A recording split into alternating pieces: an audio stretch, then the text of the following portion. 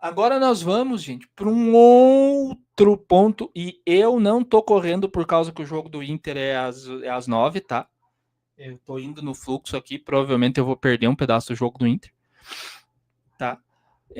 Não é por conta disso. Mas assim, ó, agora nós vamos para um outro ponto que é assim, ó, a gente veio ali do conceito de ciência, desse reducionismo, e agora a gente vem para um outro ponto que nos levou a essa mal educação, essa deseducação e essa perda do senso de realidade, do senso de verdade, do senso de amor à verdade, que é a perda de critérios através da cultura e da massificação. E aqui nós vamos citar bastante Ortega y Gasset, filósofo espanhol, tá? O que é cultura? São os bens intelectuais, artísticos e históricos. A cultura é algo que foi desenvolvido, é verdade, mas algo que um grupo, que uma sociedade desenvolve, isso daí é costume. Tá, isso daí pode ser tradição, pode ser costume, pode ser outras coisas, mas cultura aqui é a disponibilidade de bens intelectuais, artísticos e históricos. Tá? E o ser humano tem em si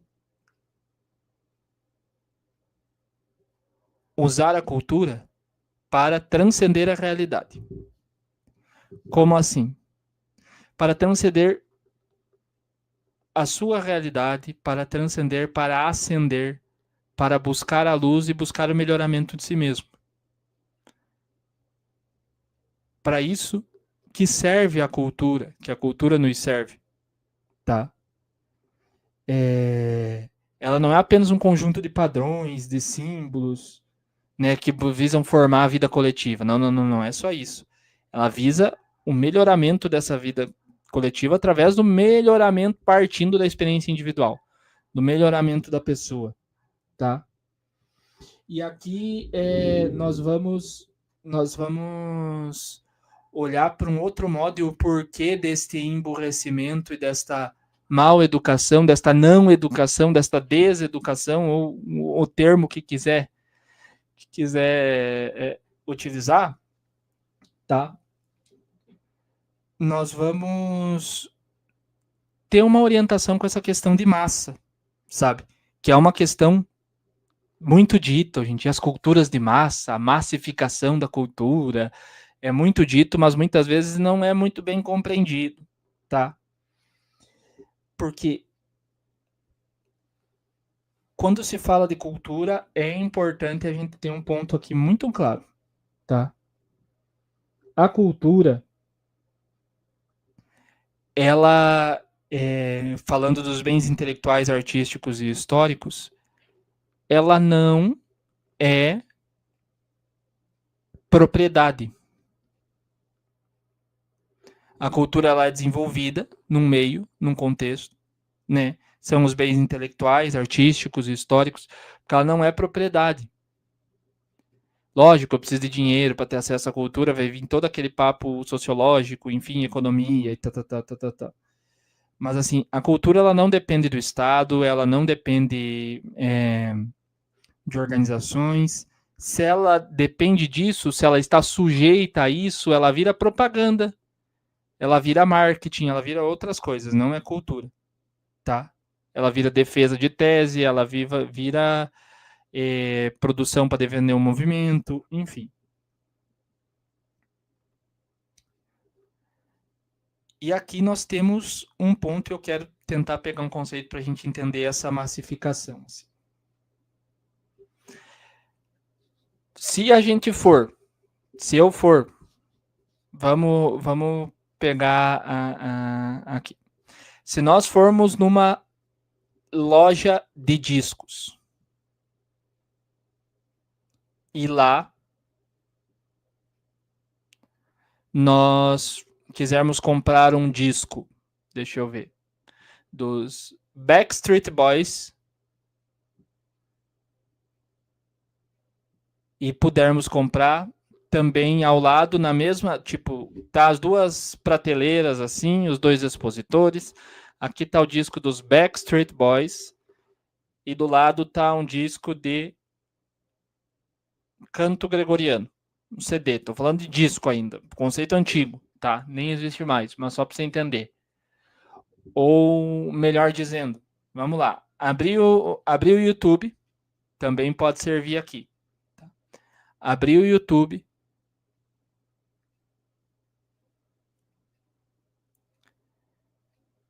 Posso acessar aqui agora, abrir para exibir para vocês na live o vídeo dos Backstreet Boys, usando o mesmo exemplo. E um vídeo de canto gregoriano.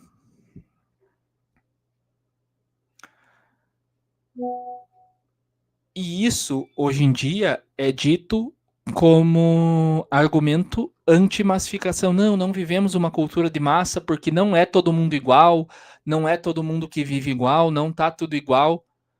Quando aqui a gente vive exatamente uma cultura de massa, porque assim, ó, a significação do vídeo das músicas do Backstreet Boys, dos Backstreet Boys,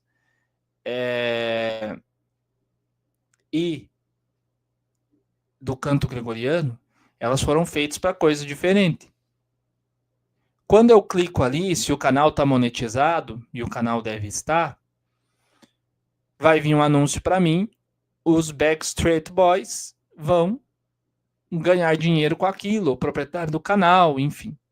Muitas vezes o canal de canto gregoriano, esse mesmo, e assim, se eu rodar aqui no vídeo, na nossa live, os Backstreet Boys cantando, possivelmente a hora que esse vídeo for pro YouTube, esse pedaço vai cortar, a minha live não vai ser publicada por conta dos direitos autorais.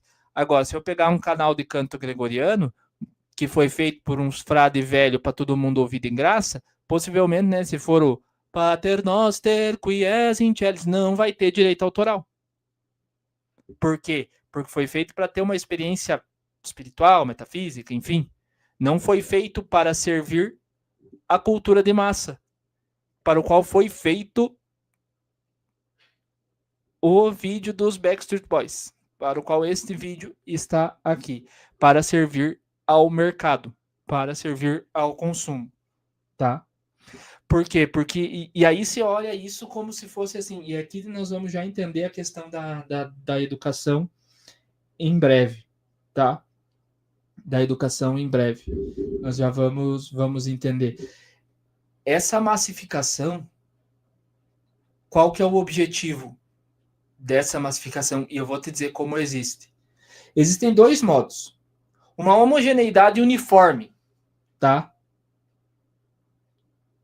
Que seria ser todo mundo igualzinho, quase assim, regime fascista e tal, regimes comunistas extremos, tal, autoritarismo ao extremo. O que quase nunca aconteceu. Tentaram um monte de vezes na história da humanidade, mas assim, conseguir essas coisas darem certo, não dá muito certo essa porra aí. Tá? Não tem como dar certo. Só que hoje existe um outro método, e hoje não, já de muito tempo existe um outro método, que é o que serve o mercado. Por isso que às vezes os comunistas, né, quando tinha aquela frase lá, aquela frase bem feia, né, o tal do sexo anal derruba o capital, os comunistas acham que não servem ao capitalismo, mas eles, o que eles mais servem é ao capitalismo, tá? Todo o pessoal dessa parada, dessas questões ideológicas atuais que a gente vê, dessa militância ideológica nesse aspecto, servem exclusivamente ao capital, querendo ou não. E aos grandes capitais, ao grande capital, às grandes famílias, grandes corporações. Por quê? Porque hoje se tem uma homogeneidade caótica. O que é isso? Se amplia tanto as diferenças, a possibilidade de diferenças é tão grande, tá? A profusão de diferenças gera uma ausência de padrões. Ou seja, não pode ter padrão. Cada um pode ser o que quiser. Não pode ter padrão. Não existe padrão. Se não existe padrão, não existem mais diferenciais. Se você vai eliminando os padrões, não existem mais diferenciais de valor. Se você elimina os padrões, e falo aqui de valor no sentido moral, se você elimina os padrões, não existem mais diferenciais de certo e de errado. Logo, tudo vai servir a quem? Se nós tiramos o certo e errado, tiramos a questão moral do jogo, tudo vira o quê? Se nós tiramos o sentido, tiramos a transcendência, tiramos a questão moral, como eu falei, tudo vira mercado e consumo. Vai servir a quem? Ao grande capital. Ora. Então você veja que mesmo essa profusão de diferenças, viva a diversidade, esse contexto da diversidade, ele planifica tudo, porque se todo mundo é diferente e ninguém é igual, fica todo mundo planificado no mesmo nível, vira essa sopa caótica, esse saco de gato, né, gigantesco. E assim, a coisa serve a quem? Ao capital. Tá? Ao capital. E dessa massificação, a gente foi criado para essa massificação. Não criado no sentido de criação divina, mas criado no sentido na escola e na sociedade. Por exemplo, nós não fomos educados para amarmos a verdade. Nós não fomos educados para amarmos a verdade. Nem na escola, nem lá no pré-primário, nem no ginásio, né, que hoje é Fundamental 2, no ginásio, nem no ensino médio, no científico, enfim, de antigamente segundo grau, agora para nós, né, ensino médio. Não.